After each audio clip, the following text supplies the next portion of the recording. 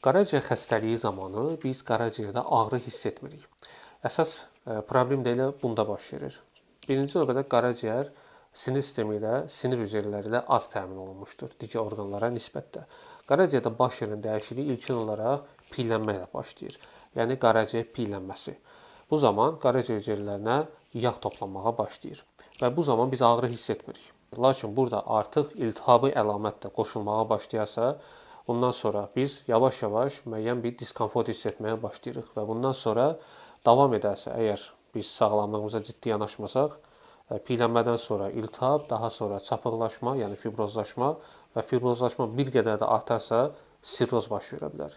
Sirroz isə qaraciyərin son mənzilə yaxınlaşdığını göstərən əsas bir mərhələdir.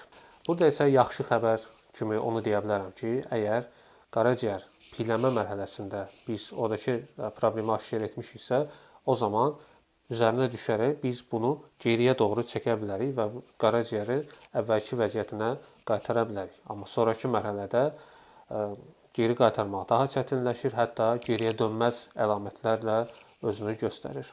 Əgər sizin artıq çəkiniz varsa və analizlərdə ILT və IST yüksəlilməsi müşahidə olunubsa, mütləq həkiminizə müraciət edin.